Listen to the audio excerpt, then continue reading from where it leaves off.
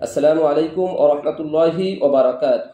আলহামদুলিল্লাহি রাব্বিল আলামিন ওয়াল আকিবাতু লিল মুত্তাকিন ওয়াস সালাতু ওয়াস সালামু আলা রাসূলিহি মুহাম্মাদিন ওয়া আলা আলিহি ওয়া সাহবিহি আজমাইন, আম্মা বাদ। মানবতা ও মানবিকতার পক্ষে এক অনন্য দলিল মহাগ্রন্থ আল কুরআনের সূরা হুজরাত এই ভিডিও সিরিজের ষষ্ঠ এবং সর্বশেষ ভিডিওতে আপনাদের সবাইকে স্বাগত জানাচ্ছি। এবং এই সূরার উপর ধারণকৃত আমার 1 থেকে 5ম ভিডিও যারা দেখেছেন এবং লাইক, শেয়ার ও কমেন্ট করেছেন তাদের প্রতি কৃতজ্ঞতা জ্ঞাপন করছি। আজকে আমাদের আলোচ্য বিষয়, আপনি জানেন কি নবীজি সাল্লাল্লাহু আলাইহি ওয়াসাল্লামের প্রতি সামান্য অসম্মান প্রদর্শনই উম্মতের সর্বশ্রেষ্ঠ ব্যক্তির আমলও বিনষ্ট হয়ে যেতে পারে, এবং নবীজি সাল্লাল্লাহু আলাইহি ওয়াসাল্লামের প্রতি সর্বোচ্চ সম্মান প্রদর্শনই যে কোনো ব্যক্তির জান্নাত নিশ্চিত করে দিতে পারে। এই বিষয়ের উপর আমরা সূরা হুজরাতের 3টি আয়াত উপস্থাপন করব এবং এর উপর সংক্ষিপ্ত আলোচনা তুলে ধরবো ইনশাআল্লাহ। ওয়া মা তাওফীকি ইল্লা বিল্লাহ। আপনারা জানেন, আমি ইতিমধ্যেই ঘোষণা দিয়েছি, পবিত্র রবিউল আউয়াল মাস উপলক্ষে আমরা প্রতিদিন ইনশাআল্লাহ রাসূলুল্লাহ সাল্লাল্লাহু আলাইহি ওয়াসাল্লামের মিলাদ ও সিরাত শিরোনামে ভিডিও আলোচনা করব এবং সেখানে নবীজি সাল্লাল্লাহু আলাইহি ওয়াসাল্লামের জন্ম থেকে নিয়ে ইন্তেকাল পর্যন্ত সার্বিক বিষয় আমরা ধারাবাহিকভাবে তুলে ধরবো ইনশাআল্লাহ। আজকে শুধু সূরা হুজরাতের ভিতর নবীজি সাল্লাল্লাহু আলাইহি ওয়াসাল্লামের সম্মান বিষয়ক কি বলা হয়েছে ওই আলোচনার ভূমিকা হিসেবে আমরা তার সংক্ষিপ্ত কথা তুলে ধরছি। সূরা হুজরাতের প্রথম আয়াতে আল্লাহ তাআলা বলছেন, বিসমিল্লাহির রহমানির রহিম, ইয়া আইয়ুহাল্লাযীনা আমানু লা তুকদ্দিমু বাইনা ইয়াদাইল্লাহি ওয়া রাসূলিহি, যে হে ঈমানদারগণ, তোমরা আল্লাহ এবং তার রাসূলের সামনে অগ্রণী হইও না। ওয়াত্তাকুল্লাহা ইন্নাল্লাহা সামিউন আলিম, এবং আল্লাহকে ভয় করো, আল্লাহ সর্বশ্রোতা এবং সর্বজ্ঞ। এই আয়াতে একটি লক্ষণীয় বিষয় যে আল্লাহ তাআলা বলছেন যে আল্লাহ এবং তার রাসূলের সামনে, অর্থাৎ আল্লাহর সামনে এবং রাসূলের সামনে। আল্লাহকে তো আমরা দেখতে পাই না, কিন্তু রাসূলকে আমরা দেখতে পাই, বা সাহাবায়ে কেরামগণ রাসূলকে দেখতে পেতেন। অর্থাৎ এখানে যে আল্লাহর পরেই রাসূলের মর্যাদা, এইটা নিশ্চিত করা হচ্ছে এবং আল্লাহর সাথে সাথেই রাসূলের নাম বলা হচ্ছে।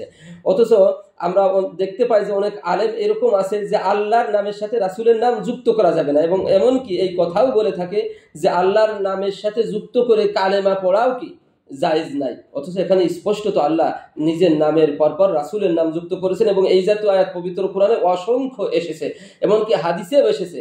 যেমন রাসূলুল্লাহ সাল্লাল্লাহু আলাইহি ওয়াসাল্লাম যখন বিদায় হজের সময় মিনাতে ভাষণ দিচ্ছিলেন, তখন সাহাবায়ে কিরামগণকে জিজ্ঞাসা করছে, আতাদরুনা আইয়ু ইয়াউমিন হাদা, তোমরা কি জানো আজকে কোন দিন? সাহাবায়ে কিরামগণ বলছেন, আল্লাহু ওয়া রাসূলুহু আলাম, আল্লাহ এবং তার রাসূলই ভালো জানেন।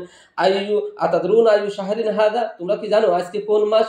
সাহাবায়ে কেরামগণ সমস্বরে বলছেন যে আল্লাহু ওয়া রাসূলুহু আলাম, অর্থাৎ আল্লাহ এবং তার রাসূলই ভালো জানেন। সাহাবায়ে কেরামগণ এই কথা বলেন নাই যে আল্লাহ তাআলা ভালো জানেন, আল্লাহ এবং তার রাসূল ভালো জানেন। এবং দ্বিতীয় আয়াত আল্লাহ তাআলা বলেন, বিসমিল্লাহির রহমানির রহিম, ইয়া আইয়ুহাল্লাযীনা আমানু লা তারফাউ আসওয়াতাকুম ফাওকা সাওতিন নাবিয়্যি ওয়া লা তাজহারু লাহু বিল কওলি কাজহারি বা'দিকুম লিবা'দিন আন তাহবাতু আমালুকুম ওয়া আনতুম লা তাশউরুন। হে ঈমানদারগণ, তোমরা নিজেদের কণ্ঠস্বরকে নবীজির কণ্ঠস্বরের উপর উঁচু করিও না, এবং তোমরা পরস্পরের সাথে যেভাবে উচ্চস্বরে কথা বলো তার সাথে সেভাবে উচ্চস্বরে কথা বলিও না, এতে তোমাদের আমল বিনষ্ট হয়ে যাবে, তোমরা ঠিকও পাবে না। এখানে নবীজি সাল্লাল্লাহু আলাইহি ওয়াসাল্লামের সামনে উচ্চস্বরে কথা বললে উম্মতের আমল ধ্বংস হয়ে যাবে। আমি শিরোনাম দিয়েছি যে উম্মতের সর্বশ্রেষ্ঠ ব্যক্তির আমলও কি ধ্বংস হয়ে যাবে, কিন্তু সে ঠিক পাবে না। অর্থাৎ এই আয়াতটি তো নাজিল হয়েছে সাহাবীদের শানে, অর্থাৎ সাহাবীদের সম্পর্কে আল্লাহ সম্বোধন করে বলছেন সাহাবীরা তো উম্মতের শ্রেষ্ঠ ব্যক্তি। তাদেরকে বলতেছে নবীর সামনে যদি তোমরা উচ্চস্বরে কথা বলো তোমাদের সকল আমল ধ্বংস হয়ে যাবে। এবং তৃতীয় আয়াতে আল্লাহ তাআলা বলেন, ইন্নাল্লাযীনা ইয়াগুদ্দুনা আসওয়াতাহুম ইনদা রাসূলিল্লাহি উলাইকাল্লাযীনা আমতাহানাল্লাহু কুলুবাহুম লিত্তাকওয়া লাহুম মাগফিরাতুন ওয়া আজরুন আযীম, যে নিশ্চয় নবীজির সামনে যারা কণ্ঠস্বর নিচু করে কথা বলে আল্লাহ তাআলা তাদের অন্তরকে তাকওয়ার পরীক্ষায় উত্তীর্ণ করেছেন এবং তাদের জন্য রয়েছে ক্ষমা এবং মহা পুরস্কার। আমি শিরোনামে বলেছি নবীজির সামান্য সম্মান, সর্বোচ্চ সম্মান প্রদর্শনই একজনের জান্নাত নিশ্চিত করতে পারে। এই আয়াত দ্বারা স্পষ্ট বোঝা যাচ্ছে যে একজন, আল্লাহ তাআলা বলছেন, যদি নবীজির সামনে কেউ কণ্ঠস্বর নিচু করে কথা বলে এবং তাকে সম্মান দিয়ে কথা বলে, তাহলে আল্লাহ তাআলা তাকে তাকওয়ার পরীক্ষায় উত্তীর্ণ করে দেবেন এবং তার জন্য ক্ষমা এবং মহা পুরস্কার। মহা পুরস্কার মানেই তো জান্নাত। আল্লাহ তাআলা আমাদের এই আয়াত থেকে নবীজির সম্মান বুঝার এবং সেই অনুযায়ী নবীজির সম্মান প্রদানের তৌফিক দান করেন। আমিন। এবং মাহে রবিউল আউয়ালে নবীজির সম্মান ইজ্জত বিষয়েই আমরা আলোচনা করব। সেই সমস্ত আলোচনা যেন আমরা শুনতে পারি এবং লাইক, শেয়ার ও কমেন্ট করে আমার সাথে থাকবেন সেই আশা ব্যক্ত করে আমি আমার আজকে সংক্ষিপ্ত আলোচনা শেষ করছি। ওমা তাওফিকি ইল্লা বিল্লাহ। আসসালামু আলাইকুম ওয়া রাহমাতুল্লাহি ওয়া বারাকাতুহু।